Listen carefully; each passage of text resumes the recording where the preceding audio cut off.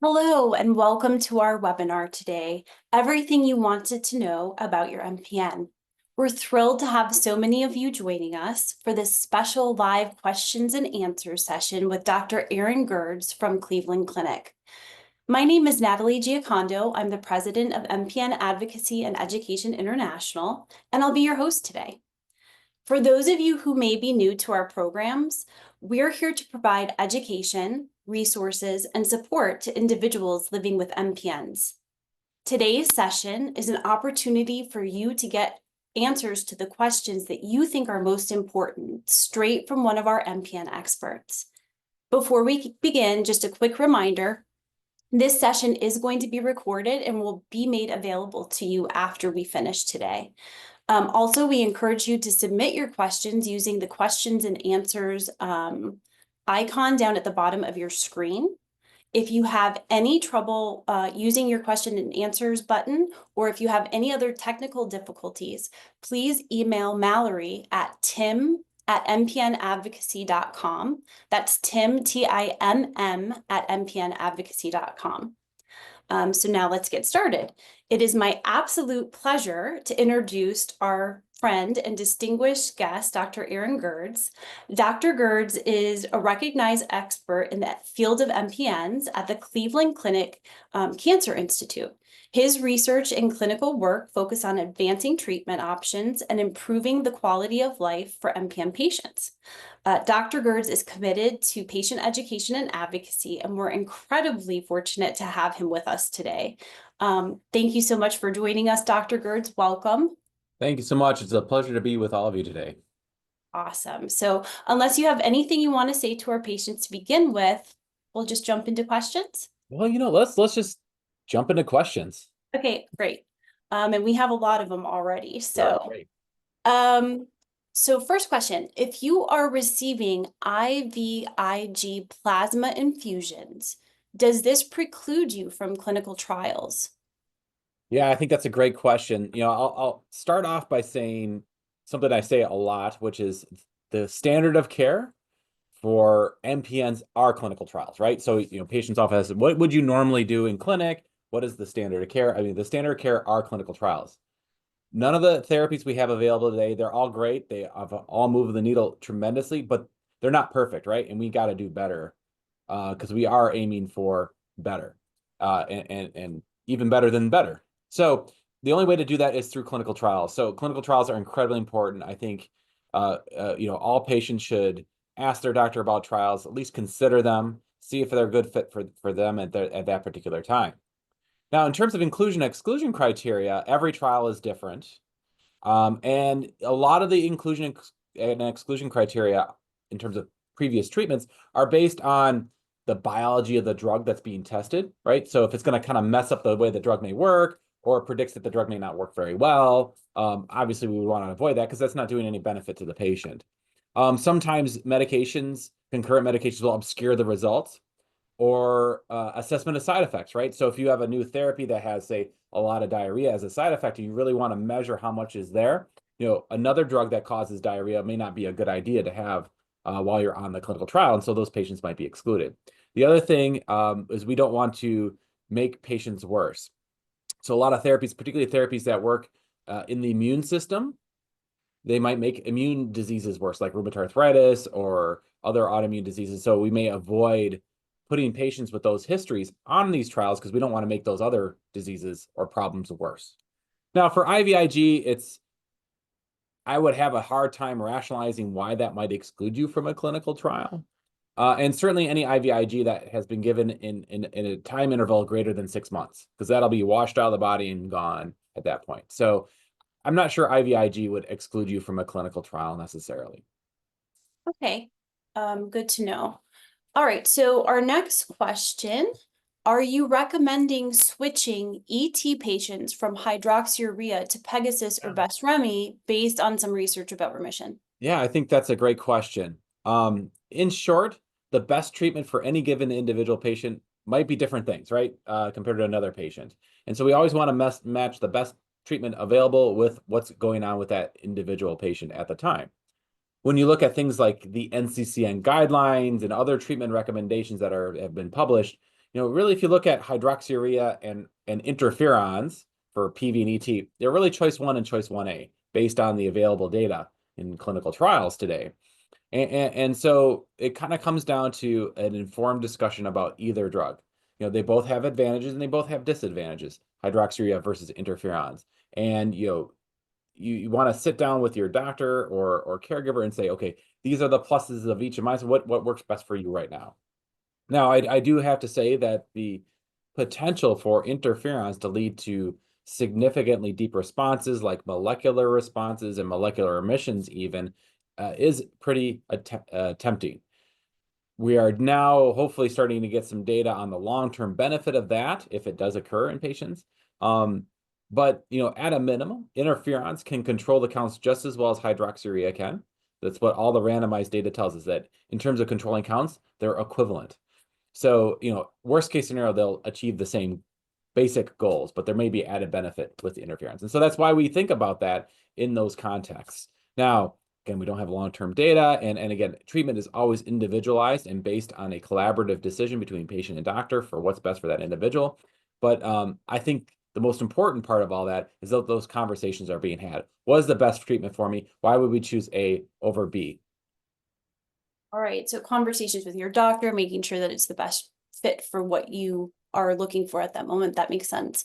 All right, so MPN specialist versus hematologist oncologist. I guess you're saying what's the benefit? Yeah, I think that's a great question. And as someone who's kind of focused on MPNs, it would, I think, knowing how few of us there are across the country, it would be very hard, or around the world, in fact, it would be very hard for us to take care of everyone all the time.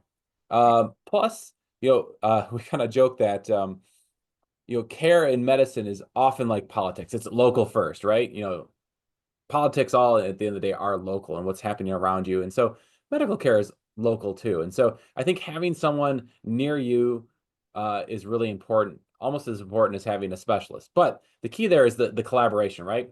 So I can help the patient and a referring doc kind of work on a plan and keep them up to date as the field changes, it evolves, and the story evolves, either with the patient or with available therapies. And that working relationship, including a larger care team of an MPN specialist, as well as a local hematologist, oncologist, in conjunction with the patient and their caregivers, I think is so important. So having that bigger team, I think, is the best situation. And you can take the benefits of all the above and put them all together. Great. So both is what you're essentially saying, both a specialist and a local doctor and a bigger team. So that makes complete sense. All right. So could Hydra be responsible for my sudden asthma? Yeah. This person's been on it for 5 years. Yeah, hydroxyurea, to the best of my knowledge, doesn't, and certainly in large numbers, does not cause asthma or worsens asthma. Now, you could have an allergic reaction to anything, and it's possible that you could have some sort of reactive airway as a result of the hydroxyurea. I think, quite simply, you could hold the hydroxyurea for a little while and see how the asthma does, depending on what the blood counts look like and what kind of disease control that one may need. But certainly I would have a strong predilection for looking for other reasons why someone's asthma might be getting worse, especially if they've been on hydroxyurea for a long time. Gotcha. Okay. I have ET and live in the Northeast. This winter, I have had 4 nosebleeds. It has been really dry, like cold and dry though, but It's super dry. yeah, I take baby aspirin and hydroxyurea. Is this common for people with MPNs? Uh, so hydroxyurea and aspirin are common for patients, common treatment for patients with MPN as well as nosebleeds, right? So we know that patients with MPNs, no matter if it's ETPV or myelofibrosis, there are intrinsic platelet defects. So, we think about quantity and quality, right? So the quality may be off. These platelets may not aggregate in the right way, and people are prone to bleeding, even if their platelet counts are normal or high. And if they're super high, you can get acquired von Willebrand syndrome as well. So, it could be related, but if your counts are under control, it may be just the aspirin effect, right? And nosebleeds are a well-known described side effect of aspirin. So I think it's a multi-pronged approach when you run into nosebleeds. One, the first question is, do you need low-dose aspirin? Is that an important part of the treatment or not? Can you just hold it for a while? Often I say, if patient's got a series of bad nosebleeds or has to get cautery, just hold the aspirin for a couple weeks. Let this heal up. And when you restart the aspirin, you'll be aggressive about the care of your nosebleeds, right? So re-wetting those surfaces with nasal saline, using ointment at night to kind of lubricate and keep it protected, I think are big pieces of preventing future nosebleeds. Okay. But if they keep recurring on the aspirin, you may have to think about what's the risk benefit there, and maybe dropping the aspirin altogether if need be. Gotcha. What kind of ointment would you use? Vaseline or something like that? It's an Anything? oldie but a goodie, yeah. Either Vaseline. Some patients will use a bacitracin based, like a triple antibiotic ointment as well, especially if like there's more kind of gunky irritation there. But yeah, just a simple Vaseline can do the trick. Okay.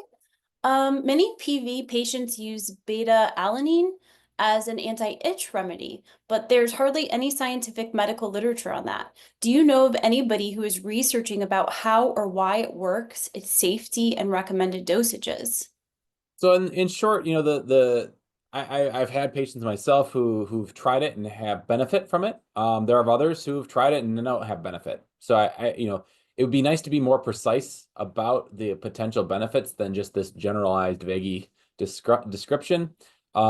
To the best of my knowledge, there aren't a lot of ongoing large studies to really answer those questions.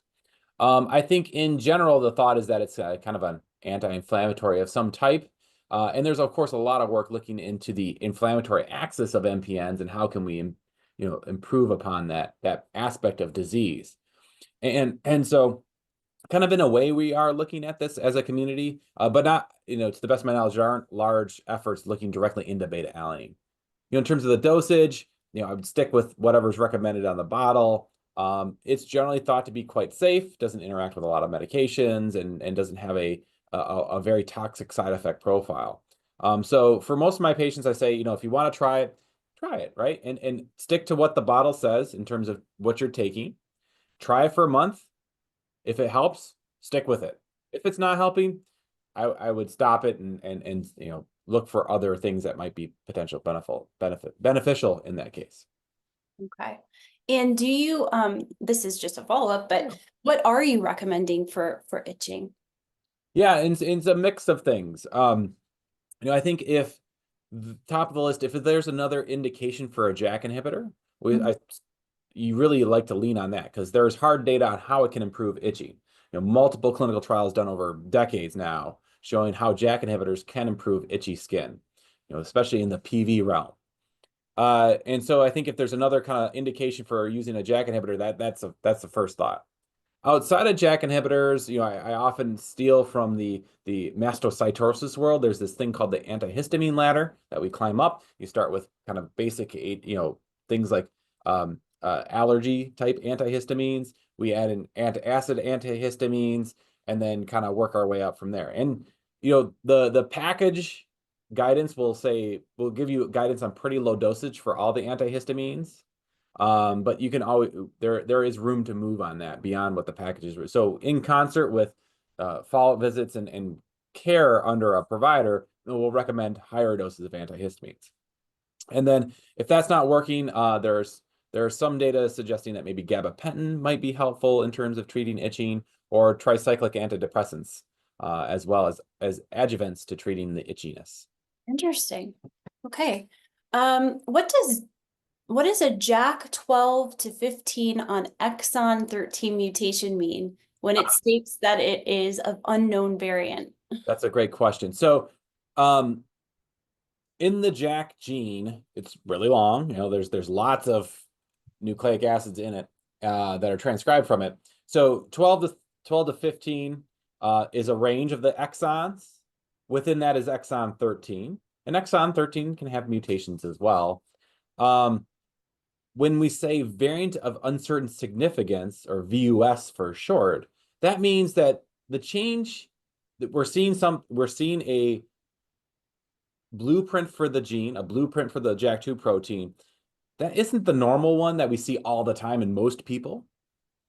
And there's so little data on that change from what we typically see, we don't know if it's bad or good or indifferent. Now, there are these really big databases of known mutations. Cosmic is one of them that we use a lot. And there are large databases of normal variants. And so if it doesn't show up in either of those databases a lot, we can't make a call. Additionally, if we looked at the variant allele fraction of an unusual or rare change in a gene, if it's close to 50%, that also suggests it's an inherited polymorphism as well, an inherited feature that kind of pushes you more to, oh, this is probably something that was inherited, is not driving disease. Because in MPNs, for the large part, they're driven by acquired changes in JAK2, calreticulin, or ET, or whatever gene we're looking at, versus something that was inherited. Now, not exclusively, but in the vast majority of cases, it's something that's acquired and not inherited. And so if it's at 50%, that tells you that and it's a very unusual one. It tells you that that might be just something that you're inherited. It's just part of who you are. It's not actually disease driving. And so since there's so much uncertainty, we put variant of uncertain significance when we talk about that change in the gene itself. Gotcha. I saw you in Grand Rapids, and your presentation there was so great, the way that you described sort of the genetic components of this group of diseases. And I wish you would actually do an entire webinar just on that. I think you may have sort of touched on it before, but Yeah, I'd be happy to. We should do yeah. that in the future. Let's do that. Okay. My gums and teeth, which I've looked after all my life, are rapidly deteriorating. But my consultants don't seem to want me to change from hydroxyurea, which I know is causing the damage. Yeah. Any advice? It's heartbreaking as I've taken such good care of my teeth. I live in the UK. Well, that's sorry to hear about the tooth decay. I think this is a tricky one. Again, it's not a common side effect of hydroxyurea when we talk about gum and dental health. We do know pretty strongly that gum health influences tooth health, right? So if your gums are not well, your teeth are not well. And if the thought is that the hydroxyurea might be impairing the body's natural ability to heal the gums, or rid infection or dysfunction within the gums, and that's leading to tooth decay, then you can say hydroxyurea may not be directly affecting this, but might be a few steps away and may not be helpful. And it's not a commonly reported side effect necessarily. I can't say that I've seen it in my clinic, hydroxyurea directly causing tooth decay. I've seen it with a couple of JAK inhibitors. So it's really hard for me to say one way or the other fully. But I think I would talk to your doctors and say, okay, this could be something, it may not be something. Let's try to come up with a way where we can get some information of whether it might not be related to me or not. I think that's the hard part about all this stuff, whether we're talking about benefit or side effects. We'll look at a clinical trial and we'll say this happened in X% of people, or this didn't happen in this so many people, but it's large groups of people. You as a patient, you're one. You're an N of one. It doesn't matter if it happens to 100 other people or not. It only matters if it happens to you. And so we take this information from trials and from data, and it helps kind of frame our thought process. It helps us getting on the right track. But a lot of times for individual patients, we got to sit down and we got to do it like a little self-experiment almost. If it's a side effect, we stop the drug temporarily or restart it and see if the side effect comes or goes, if there's any relationship there to kind of give us evidence on a singular basis if it is truly related or not. In that way, do you suggest patients keep like a symptom journal or some way of tracking? If there's a symptom of interest, right, and it's kind of unclear, is it related to my diet? Is it related to another medication or food? Keeping a diary can help enlighten things. One example that I'll give is antibiotics can sometimes cause fever. So I'm thinking about when we're rounding in the hospitals and we're giving patients IV antibiotics to treat an infection, and then they get a fever, and you're like, well, you think the infection is not gone and it's still causing the fever, but then sometimes you look at like the time of the day the fever's happening, and it always happens like 30 minutes or an hour after the antibiotic goes in. And that says, well, the timing and keeping that diary of the medication gives us a clue that it might be related to the antibiotic and not to an infection. Then you can change the antibiotic and see if the fever goes away. So, likewise, when you're trying to assess, well, is this symptom related to food? Is it related to other medications? Keeping kind of a history, a symptom history, can help start to put that together.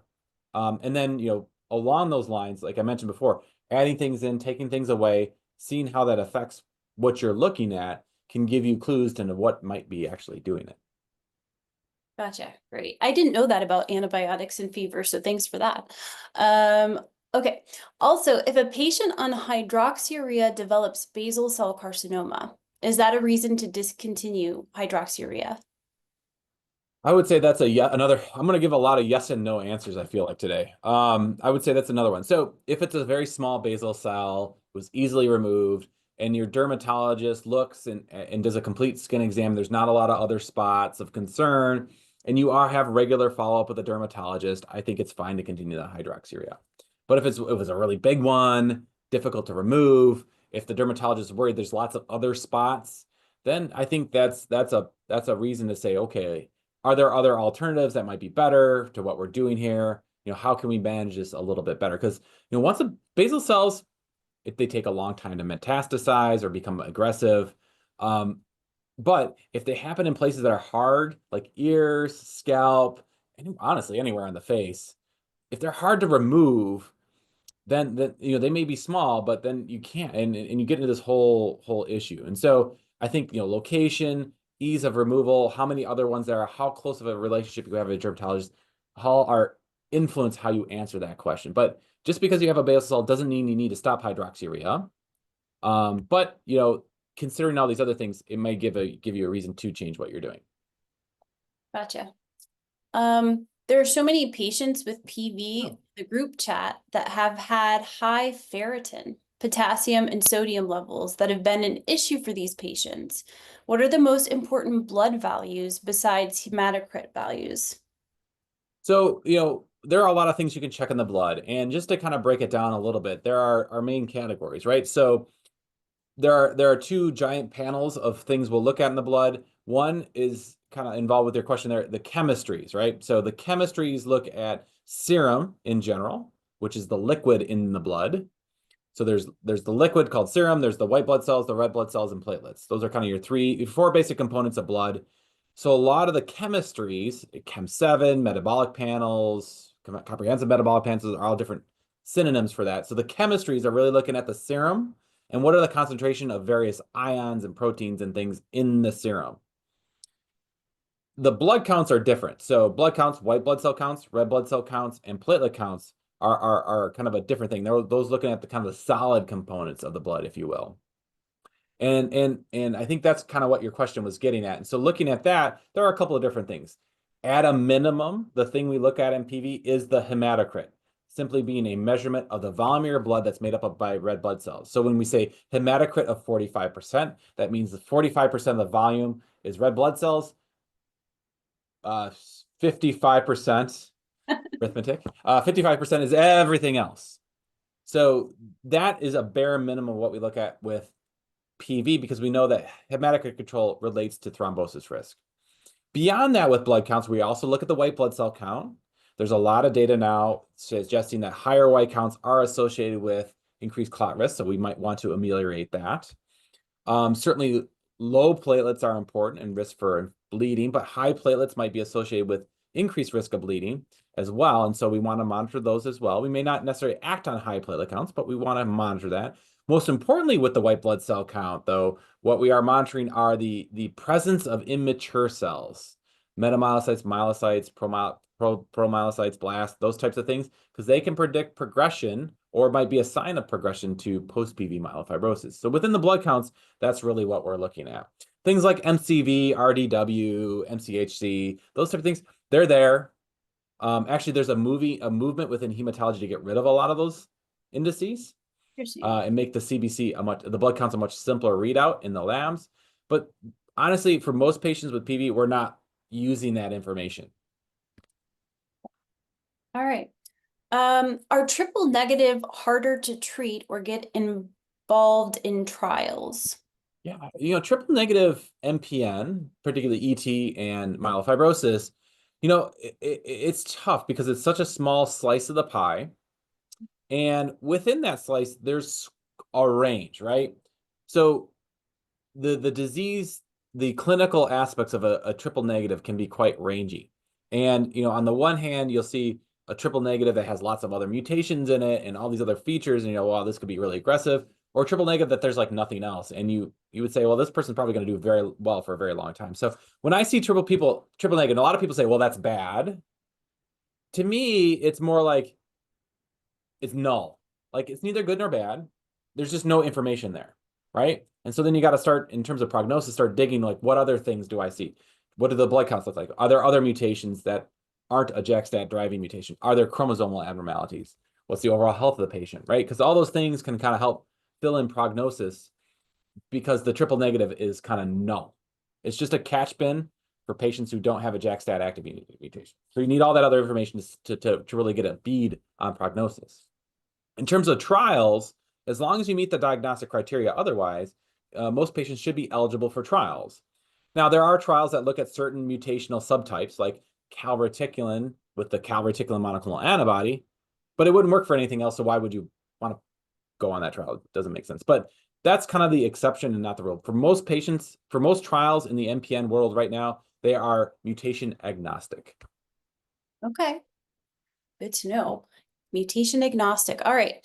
Is there any further information on ET with the MPL mutation, since this seems to be so rare? Mm-hmm. Yeah, that makes it typical, right? If things don't happen commonly, it's really hard to get inferences from large groups of people, because the large groups don't exist. If you look at, like, say, myelofibrosis, for example, there's what, 20 to 30,000 people with living with myelofibrosis in the United States right now. That's not a lot. And then if you say, what, 5% ish have an MPL mutation, I mean, that's a really tiny slice of the pie. And how do you make inferences from that? It's tough. Especially when relative to, like, say, 60% have a JAK2 V617F mutation. I think people are looking closely at it, and trying to say, well, what are the differences between disease presentations that have different driver mutations? But outside that, most of our therapies, again, as I said earlier, are mutation agnostic. So even though we're trying to learn how these mutations are different, at the end of the day, they all drive JAK-STAT signaling and various other related pathways downstream from that. And so that's really where the focus has been, to get more, continue to develop these universal therapies. I think if over time we develop a concept that really is unique to MPL, then I think we could develop therapies that to specifically target it. But for now, there hasn't been much in terms of updates for MPL. But then again, most of our therapies that are available and under development are mutation agnostic. Got it. All right. This person says, I've seen 2 hematologists and have triple negative ET. Platelets hang out around 1.1 most of the time. One hematologist says never stop taking aspirin, and the other says taking aspirin isn't necessary because I don't have acquired VWD and low risk. Okay. What's your take on this, specialists? Oh boy. So in general, patients who have high platelet counts, certainly when you get above 700 and you're heading towards 1,000 or 1.1 million in this case, there's an increasing risk for this thing called acquired von Willebrand syndrome, where the platelets effectively gobble up or break down long chains of this von Willebrand protein, which helps your blood clot. So that increases your risk for bruising and bleeding. And there are lots of patients who have platelet counts that are 1,000, 1,200 even, or higher, that don't have acquired von Willebrand syndrome. So you could certainly have high platelets and not have that. If someone does have symptomatic acquired von Willebrand, you would want to bring those platelet numbers down so you minimize the risk of bruising, bleeding, and those complications. You'd also want to avoid aspirin in those folks, because you have the acquired von Willebrand syndrome, and then you add on the aspirin, that's going to increase the risk of bleeding quite a bit, at least until you get those platelets down. In terms of who should have with ET should have aspirin, I think we start from the beginning, right? There are no prospective randomized trials that have tested aspirin in patients with ET. We borrow that information from polycythemia vera, so kind of level set on that. If we look at things like guidelines, the guidelines really don't say use aspirin until the thrombosis risk gets on the higher end. So, for example, if you use the revised ISET thrombosis score, those are patients who have maybe intermediate, and certainly all the patients who have high risk essential thrombocythemia. So if they have a platelet count of 1.1 million and they're low or very low risk ET by the revised set thrombosis score, we wouldn't use aspirin. And certainly if the platelet counts were high and they had acquired von Willebrand syndrome, we wouldn't use aspirin in that case either. Because again, we wouldn't want to potentiate the risk for bleeding there. So it kind of depends on the risk and how you're measuring that risk and what other things are going on with that individual. Okay. All of the answers to your questions are, it depends on the individual, which makes a lot of sense. It sounds Yeah. like a lot of what we hear from patients too. So, what treatment options are there for a PV with arthritis, diabetes, IRB, and recent minor stroke and bleeding ulcer with prior 3 phlebotomies and baby aspirin? Oh boy, that's a very specific question. It is, In case, again, depends on the it's like a default answer today, isn't it? right? So, in terms of standard care options, it can get confusing. Like, what's the best, right? Sometimes I find it's helpful to do the opposite, right?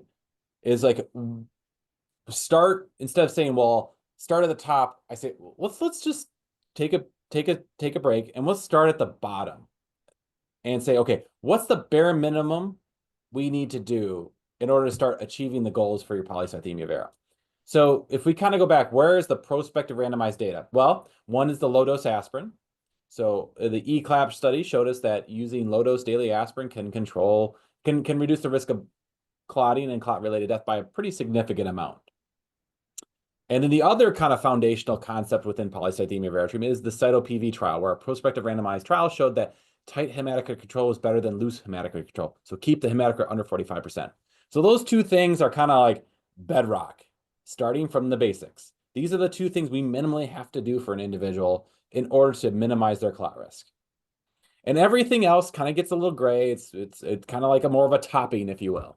And so at first it's like, well, how can we achieve these two goals? Now, if someone has active bleeding or a history of ulcers, we may not be able to do aspirin, and that's okay, right? We've kind of gone through that process and said, well, in your case, it makes sense, or it doesn't make sense, or maybe we have to hold off now until we can fix the ulcer situation and then try aspirin again in the future. And then hematocrit, the other one. So at a minimum, you would do phlebotomies, right? Because that can keep the hematocrit under 45%. Typically in patients with higher risk disease, higher risk for clot, that is in PV, we start to add in cytoreductive agents on top of that. Now you would say, well, your options are interferons or hydroxyurea.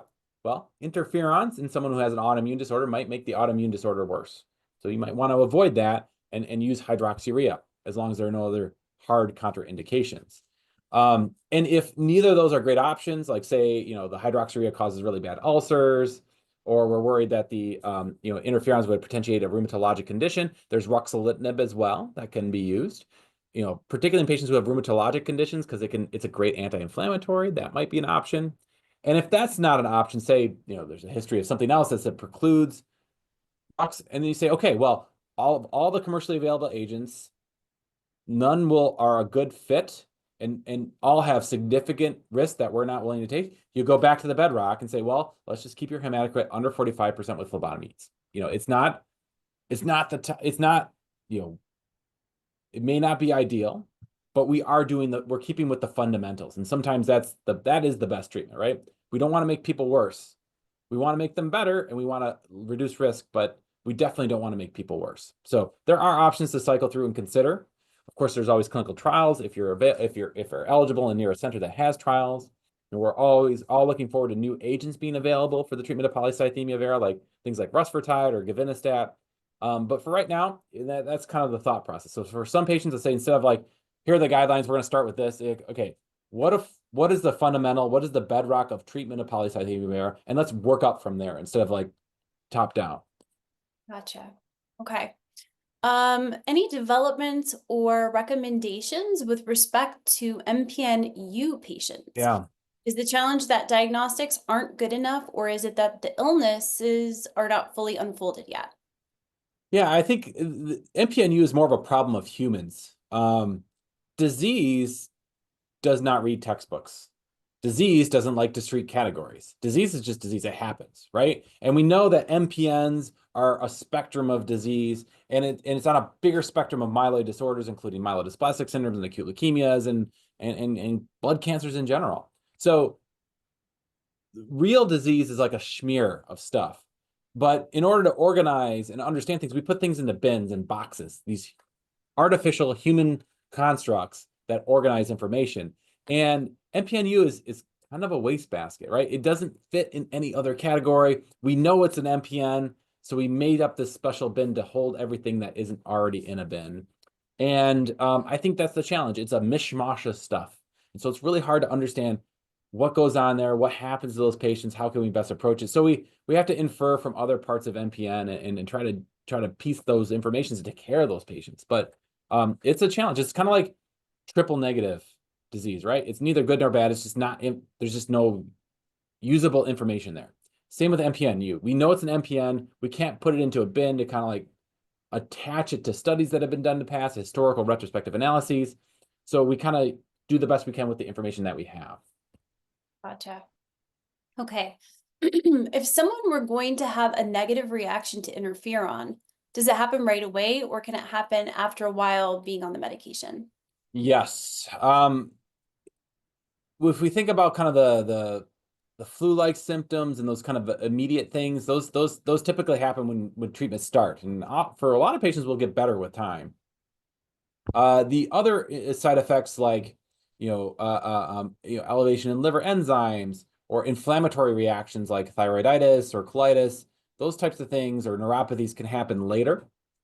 So certainly when you are on interferons, your regular visits with your doctor, kind of checking in about symptoms, I think is incredibly important. Okay. If someone were going to have a negative reaction, oh, I did that one. So sorry. Next, would you, oops, they're disappearing as they go. Would you recommend a 75-year-old with PV taking hydroxyurea and doing well to switch to BESREMi for the purpose of preventing progression? How long can a patient expect hydroxyurea to work without progressing? It seems that all of the current literature says that lowering the VAF is showing that might improve OS and PFS. I've been on hydroxyurea for about 4 years. Yeah. That's a hard question to answer. There are so many factors that can influence that decision point, right? So not only the immediate stuff of like ease of use, some patients find it easier to use a BESREMi versus or a ropeg interferon versus a hydroxyurea or vice versa. Side effect profiles, I think, are also incredibly important. So some patients have side effects to hydroxyurea and do feel better on an interferon, and some people feel better on it, feel worse with interferon and better on hydroxyurea. I think those are probably the most important things, right? Because if we get back to our bedrock, our foundational treatment of polycythemia, we got to keep the hematocrit under 45%. If you're not taking the treatment, we're not going to keep it under 45%. So what is the ease of use and tolerability? I think is paramount here. Everything else, kind of gravy. So now we also have to factor in how well the individual is. So if the median time of progression to myelofibrosis is 15 years, but say someone has another cancer or a really bad heart disease, and the timeline may not be, the patient may pass away in more likelihood from something else than from their polycythemia vera, then, or even if it progresses to myelofibrosis, then you're not really gaining anything by doing interferons in that case. Now, yes, there is mounting evidence though about allele reduction, right? So, patients who could benefit, there are patients with PV who can benefit from this. There's even data now with ruxolitinib showing allele burden reductions and that translating into a better myelofibrosis-free survival, clot-free survival, and overall survival. So I think that's really important to think about too. And then some patients, we know that interferons are better for all this allele burden reduction kind of stuff. Patients who have lower JAK2 allele burdens, patients who don't have a lot of myelofibrosis in their bone marrow, patients who don't have other mutations in their disease are all going to be kind of that group of people where we think would do better in terms of that endpoint than patients who don't have those, who have those adverse predictors. So I think there's a lot of information to answer that question. But for a lot of people who are on hydroxyurea, they can do well for a very long time on hydroxyurea, and switching may not be beneficial. At first, I would start from the basics.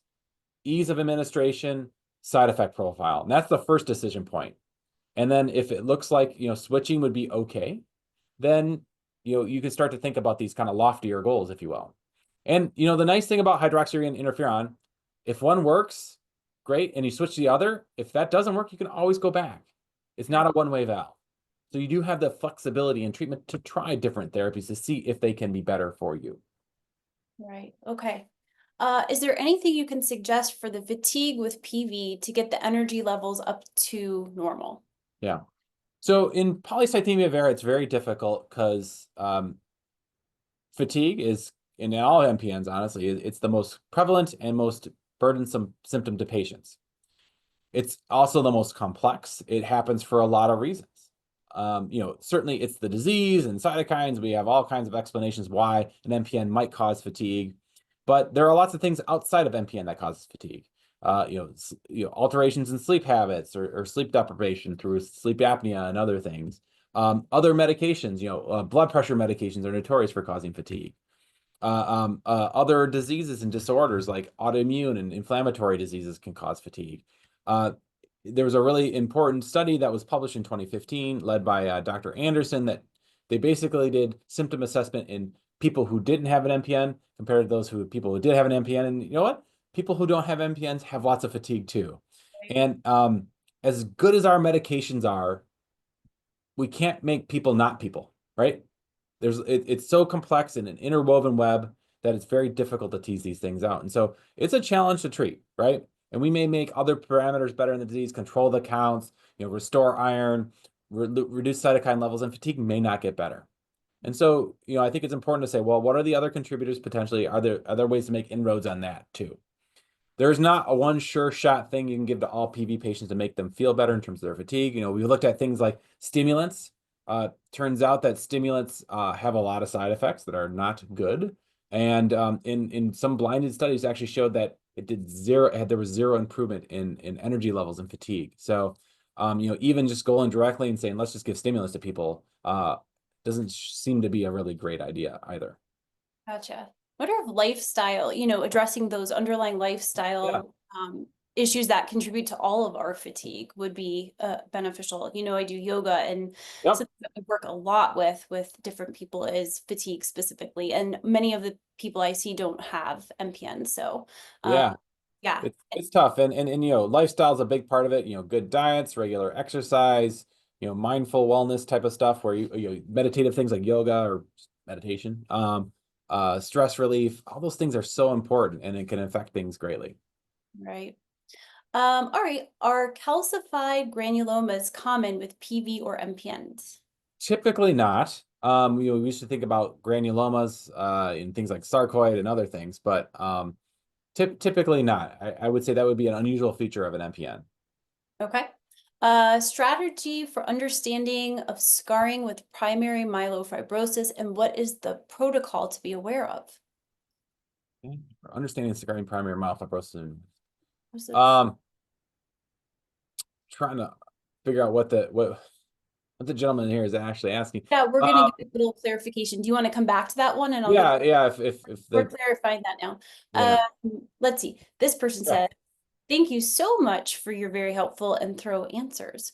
What is the relationship of the ratio of lymphocytes and Lymphocytes, yeah. in terms of long-term survival rates, or is there? Yeah, I think that's a great question. There are models that exist in MPNs that um, are kind of are that do incorporate lymphocyte counts. So lymphocytes are actually a separate lineage compared to red cells and most of the white cells we look at and platelets. There's this neutrophil lymphocyte ratio. There's this AAA model that exists. At the end of the day, kind of my take on it, these, they're inferences. And I think we need to keep working on understanding the biology of the disease because these are consequences. And with a lot of these prognostic models and disease responses, what ends up happening is we want people to have their disease be diminished and controlled and have them live longer and better, to put it simply. And when we look at things like lymphocyte count or fibrosis scores or even allele burdens to some degree. It's almost like we're looking at a reflection of a reflection in a reflection. The thing we want is improvements in survival, reduction of disease that's meaningful, but we can't measure that easily. And so what we do is we try to come up with surrogate markers for that, surrogate representatives of that ultimate goal. And, I think same with prognosis. We want to understand who's going to live long and not from their disease so we can apply the appropriate therapy. But these are just surrogates for things. Age, we look at prognostic models. Age is in all of these. Being older doesn't necessarily mean your disease is worse. It's just if you are older, there are more likely to be these other factors that are influencing survival. It's not the age itself that's bad. And Right. I think lymphocyte count is one of these things. Lymphocyte count itself is not bad, unless it's like really, really low, or really, really high or something like that. But in itself, like this ratio is not bad, but it's just probably a measure of something else inside of the disease that might predict for that. So it's a reflection of a reflection is not very perfect. So honestly, I don't use the AAA model or lymphocyte count in my everyday practice. Okay. Are you aware of any studies on combo therapy, for instance, a JAK inhibitor like Jakafi used in conjunction with interferon for the possible molecular benefits? Yeah, there are a number of combination studies, not just with ruxolitinib and interferons. There was a trial of ruxopeg. There are a number of those kind of combinations ongoing. The worry is like the more you start mixing treatments together, you could increase toxicity. So we're very careful about those things. There are lots of other combination studies that are ongoing. We think about kind of marquee ones such as the combination trials that were done with navitoclax and pelabresib, and there's ongoing studies with navitoclax or navtemadlin and ruxolitinib, as well as selinexor and ruxolitinib. Lots of others. I could go on and on all day about this, but a lot of combination trials. And then the point is, combination trials are important because ruxolitinib doesn't actually kill myelofibrosis cells in large degrees. It doesn't reverse scar tissue and all these other. It improves quality of life. It improves symptoms. It improves splenomegaly. It can extend survival through those mechanisms. But there's clearly a lot more we got to target. This is not CML where we give a single drug and impart an effective cure at that point. So we're targeting these other pathways to get those benefits, right? We control spleen and symptoms as well as hit the disease and try to shrink it down or eliminate it in total. Gotcha. All right. We're going to take a few more Yeah. questions and then probably wrap it up here in about 5 minutes. I have PV and take hydroxyurea. I would like to switch to BESREMi, but I'm worried about the side effects, especially the possibility of autoimmune diseases. I also have dry eyes and mouth. How much weight should I give this in my consideration? Yeah. I think that's a tough and a very personal question. It is not a guarantee that you will get autoimmune side effects when you take interferons.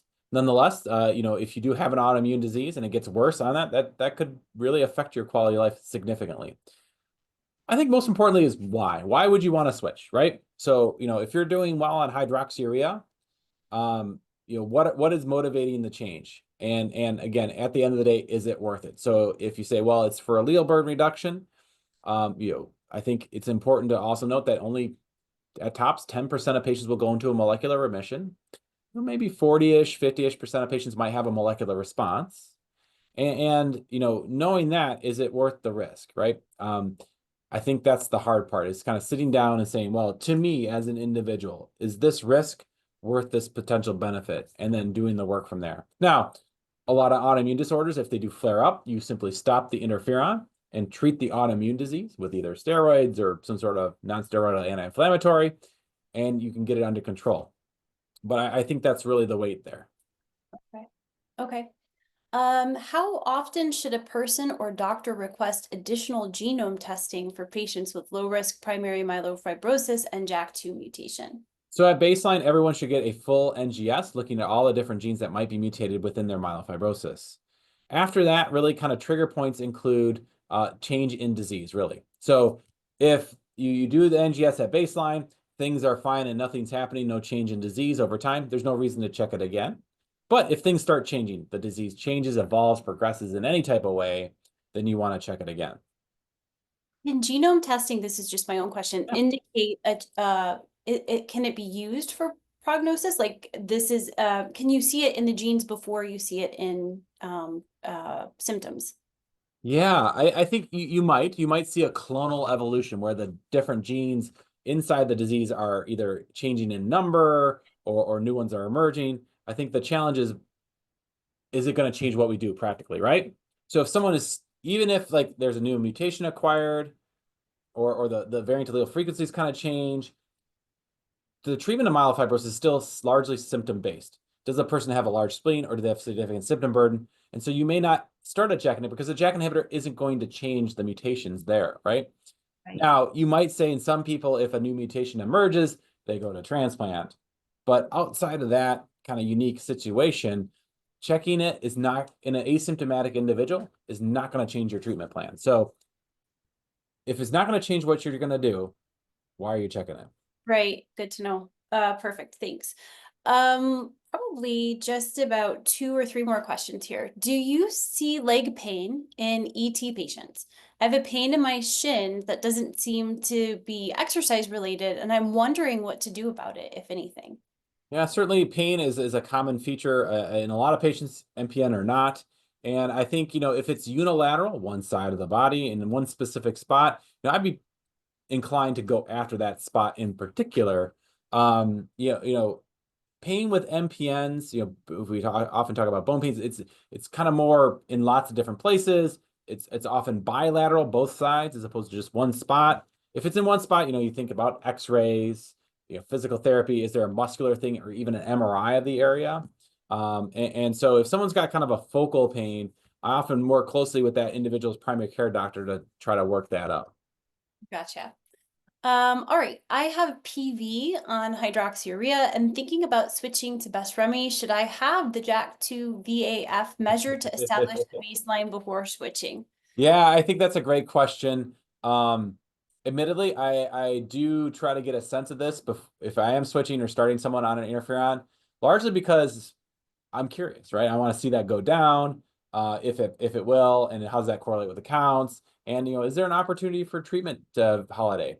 So for all those reasons, if I am starting someone on interferon, I will within the last year or two want to get an allele burden. If it's been within the last year or two, I usually don't recheck it because largely it's unlikely to be largely different.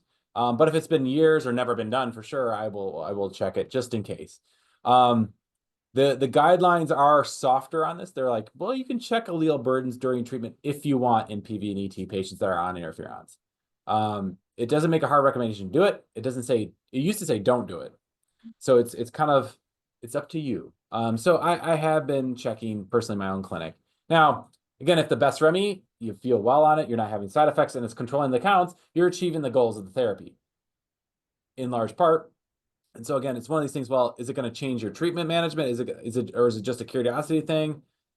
I think it goes back to that earlier statement about having that conversation with your doc and your care providers and saying like, okay, we're going to check this, but how are we going to use this information? So we're all on the same page and we all have the same expectations of how we're going to use that information going forward.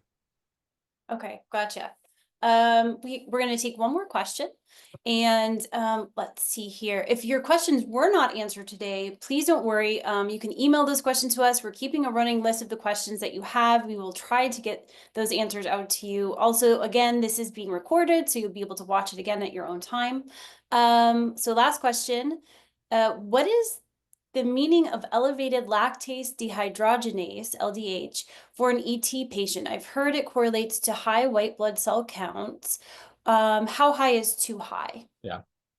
That's a difficult question to answer. And, kind of my views on this have changed a little over time. So LDH or LD, lactate dehydrogenase, is a measure of cellular turnover in the body. As cells are recycled, if you will, they open up, the contents are released. LDH is an enzyme that normally lives inside the cells, but when they break up, they can be released in the bloodstream and the levels go up. It itself is not harmful. You can have a really high LDH, and the LDH isn't hurting you necessarily. So that's okay, right? So just because the number's high doesn't mean it's bad.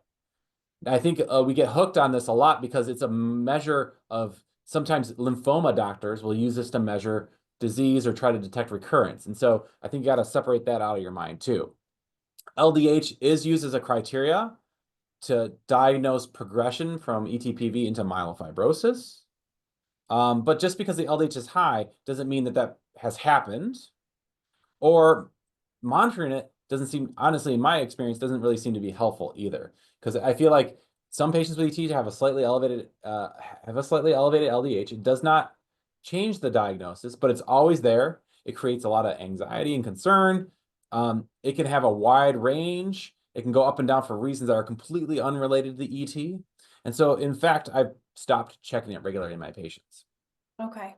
All right. Well, Dr. Gerds, thank you so much for joining us. It is always, excuse me, a pleasure to have you. You are a wealth of information and you've shared your time with us so generously. We really appreciate it. Thank you so much. We'll see you again soon. Please stay with us to the rest of the people watching today. We're just going to have a few updates, but Dr. Gerds, you don't have to stay for these updates. I know how busy you are and hope to see you again soon.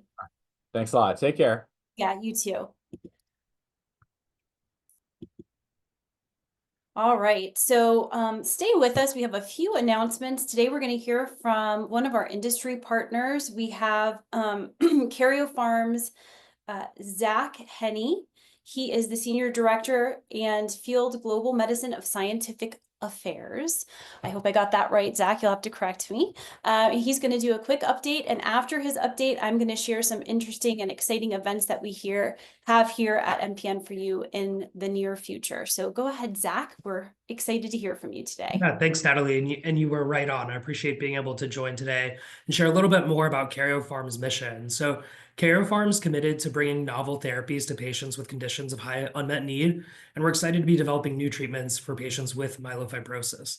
We're currently evaluating selinexor, an investigational oral XPO1 inhibitor, in clinical trials for patients with myelofibrosis in combination with ruxolitinib. XPO1 inhibition is a potential new approach to target myelofibrosis. It includes synergism with ruxolitinib and the opportunity to impact disease progression.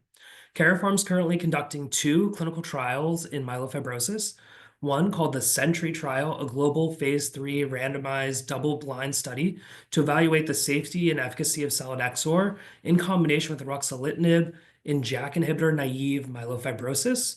And then a smaller phase 2 study evaluating the efficacy and safety of selinexor monotherapy in subjects with JAK inhibitor-naive myelofibrosis with moderate thrombocytopenia.